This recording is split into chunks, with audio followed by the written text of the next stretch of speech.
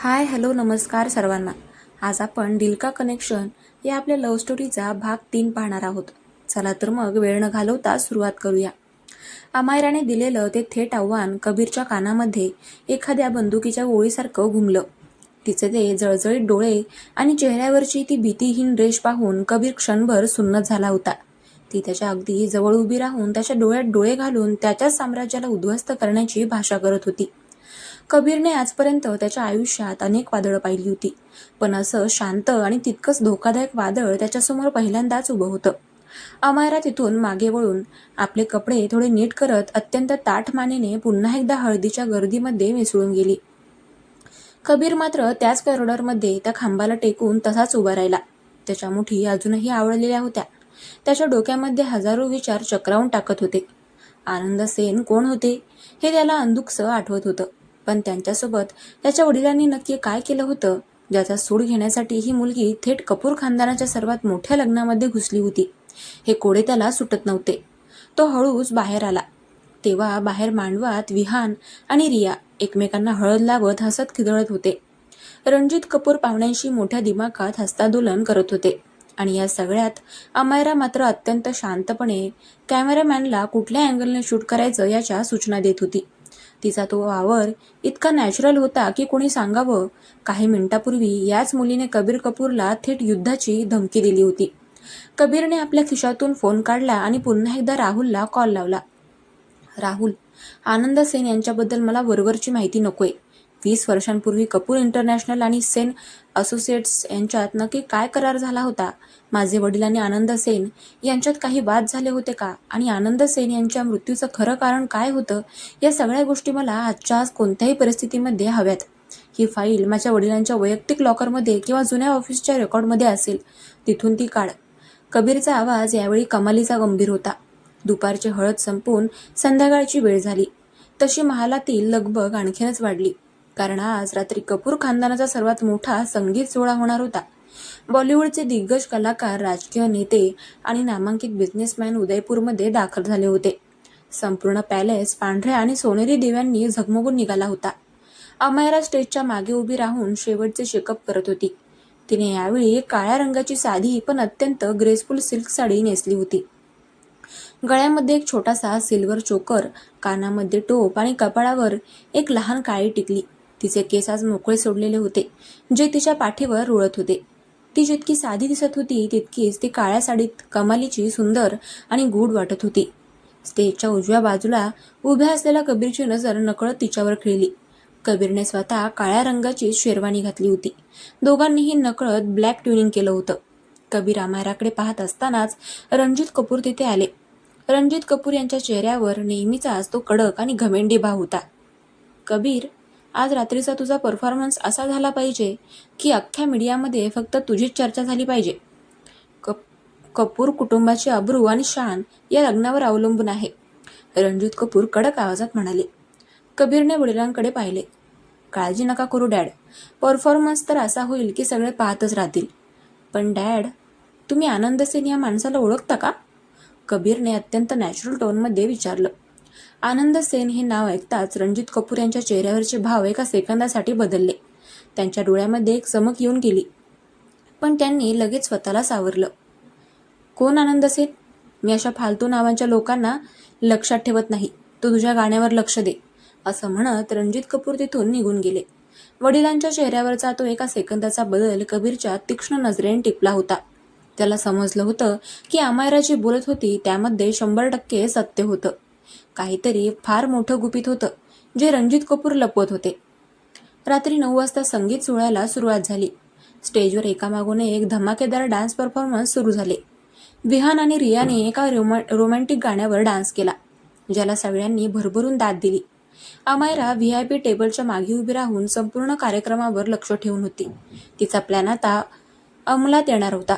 तिने साऊंड आणि video control रूममध्ये बसलेल्या तिच्या एका विश्वासू मुलाला, सागरला फोन केला. सागर, तयारी झाली आहे का? अमायराने हळूच विचारलं. दुसऱ्या बाजूला सागरचा आवाज आला. हो दीदी, पेनड्राईव्ह सिस्टीममध्ये लोड केला आहे. कबीर सर स्टेजवर गेल्यावर त्यांच्या गाण्याच्या मधोमध हा व्हिडिओ प्ले होईल. अमायराच्या ओठांवर एक थंड सूचक हसू उमटलं. परफेक्ट. आज कपूर खानदानाचा हा खोटा मुखवटा अख्ख्या जगासमोर ओरबडला जाईल, ती मनातच म्हणाली. तेवढ्यात अँकरने स्टेजवरून घोषणा केली, आता येतोय तो माणूस ज्याच्या आवाजासाठी संपूर्ण देश वेडा आहे. The one and only Kabir KC Kapoor. हॉलमध्ये एकच जल्लोष झाला. कबीरने हातात माईक घेतला आणि तो स्टेजवर आला. स्टेजवर येताच त्याने एका आवेगाने गाणं गाण्यास सुरुवात केली.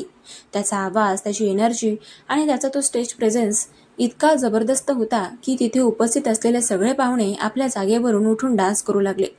कबीर गात असताना त्याचे डोळे मात्र गर्दीतून फक्त अमायराला शोधत होते. अमायरा साऊंड बोर्डच्या मागे उभी राहून त्याच्याकडेच पाहत होती. तिच्या डोळ्यांमध्ये एक वेगळाच कौतुक मिश्रित राग होता. कबीरचं गाणं जेव्हा त्याच्या सर्वात हाय नोटवर पोहोचलं तेव्हाच अमायराने सागरला वॉकीटॉकीवर कोडवर्ड दिला, नाव. अचानक स्टेजच्या पाठीमागे असलेल्या आवाढव्य LED स्क्रीनवरचे लाईट्स फ्लिकर झाले. कबीरच्या गाण्याचा म्युझिक ट्रॅक अचानक बंद पडला आणि तिथे एक विचित्र जुना ऑडिओ ऐकू येऊ लागला. कबीरने गाणं थांबवलं आणि तो मागे वळला. संपूर्ण हॉलमध्ये कुजबूज सुरू झाली. त्या आवाढव्य स्क्रीनवर एक 20 वर्षांपूर्वीचा जुना बातमीचा व्हिडिओ प्ले होऊ लागला. त्या व्हिडिओमध्ये रणजित कपूर तरुण दिसत होते आणि त्यांच्यासोबत पोलीस उभे होते. व्हिडिओमध्ये एक बातमीदार सांगत होता, सेन असोसिएट्सचे मालक आनंद सेन यांनी कपूर समूहाच्या दबावाला बळी पडून आणि कर्जबाजारी झाल्यामुळे आज आपल्या राहत्या घरी आत्महत्या केली.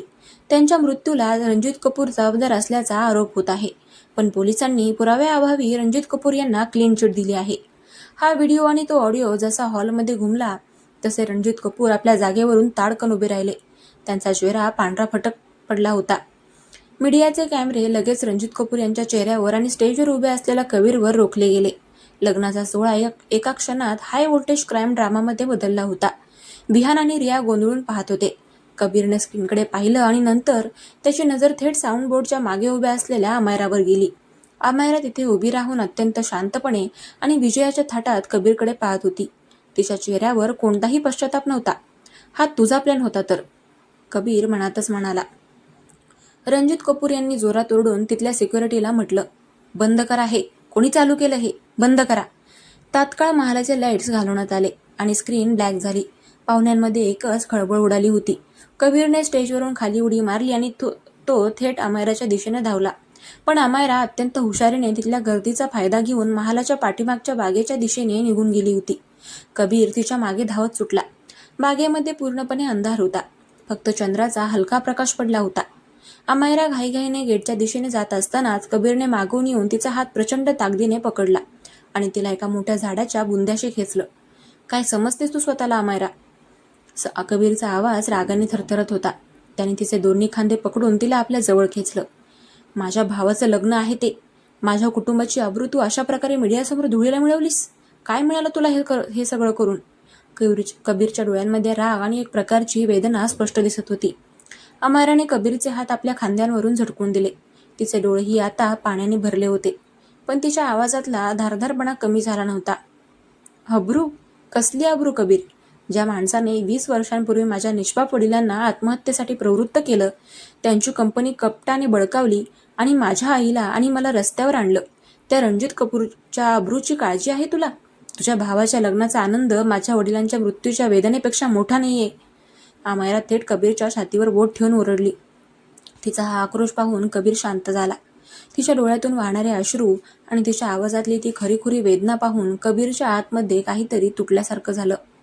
त्याला समजलं की अमायरा केवळ सूड घेत नव्हती, तर ती एका अथांग दुःखातून जात होती. अमायरा? कबीरचा आवाज एकदम मऊ झाला.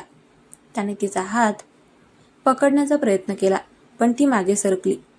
मला शिवू नकोस कबीर. मला माहिती आहे की तू तुझ्या वडिलांना वाचवण्याचा प्रयत्न करणार, कारण तू कबीर कपूर आहेस. पण लक्षात ठेव, हा तर फक्त पहिला वार होता. कपूर खानदानाचा खरा चेहरा मी पूर्णपणे उद्ध्वस्त करेपर्यंत थांबणार नाही. अमायराने आपले अश्रू पुसत म्हणाली. कबीरने तिच्याकडे पाहिलं आणि अत्यंत गंभीर आवाजात म्हणाला, अमायरा, जर माझ्या वडिलांनी काही चुकीचं केलं असेल तर त्यांना शिक्षा मिळायलाच हवी. मी त्यांच्या गुन्ह्याचं समर्थन करणार नाही. पण माझ्या भावाचा, विहानचा यामध्ये काय दोष आहे? त्याच्या आयुष्यातल्या सर्वात मोठ्या दिवशी तू हे सगळं केलंस. तू मला सांगायला हवं होतंस. आपण कायदेशीर लढाई लढू शकलो असतो. अमायराने एक कडू हसले. कायदेशीर लढाई? रणजित कपूर यांच्या विरुद्ध? कायद्याला ते खिशात घेऊन फिरतात कबीर. माझ्याकडे दुसरा कोणताही मार्ग नव्हता. तेवढ्यात तिथे राहुल धापा टाकत आला. सर, बाहेर मीडियाने महालाला वेढा घातला आहे. रणजित सर तुम्हाला आत बोलावतायत. आणि राहुलने अमायराकडे पाहिलं. कबीरने राहुलला हाताने थांबण्याचा इशारा केला. कबीर पुन्हा एकदा अमायराकडे वळला. तो तिच्या अगदी जवळ आला. त्यांच्यातील अंतर इतकं कमी होतं की दोघांनाही एकमेकांचे श्वास जाणवत होते. कबीरने अमायराच्या चेहऱ्यावरून केसांची एक बट हळुवारपणे मागे केली. त्याच्या स्पर्शाने अमायरा क्षणभर शहारली. खेळ तू सुरू केलास अमायरा, पण आता हा खेळ मी माझ्या पद्धतीने पुढे नेणार. मी तुला या महालातून जाऊ देणार नाही, कारण तू इथून गेलीस तर माझ्या प्रश्नांची उत्तरं अपूर्ण राहतील. तू इथेच राहशील माझ्या डोळ्यांसमोर. कबीरचा आवाज अत्यंत नॅचरल पण एका वेगळ्याच अधिकाराने भरलेला होता. अमायरा त्याच्या डोळ्यांमध्ये पाहतच राहिली. तिला कबीरच्या या वागण्याचा अंदाज येत नव्हता. तो तिच्यावर चिडला होता की तिच्या दुःखामध्ये सामील होत होता. संगीतची ती रात्र आता संपली होती, पण कबीर आणि अमायराच्या आयुष्यातल्या खऱ्या सस्पेन्स आणि रोमांसची कथा आता एका नव्या अत्यंत थरारक वळणावर येऊन पोहोचली होती, जिथे सूड आणि प्रेम यांच्यातील सीमा हळूहळू पुसट होऊ लागल्या होत्या.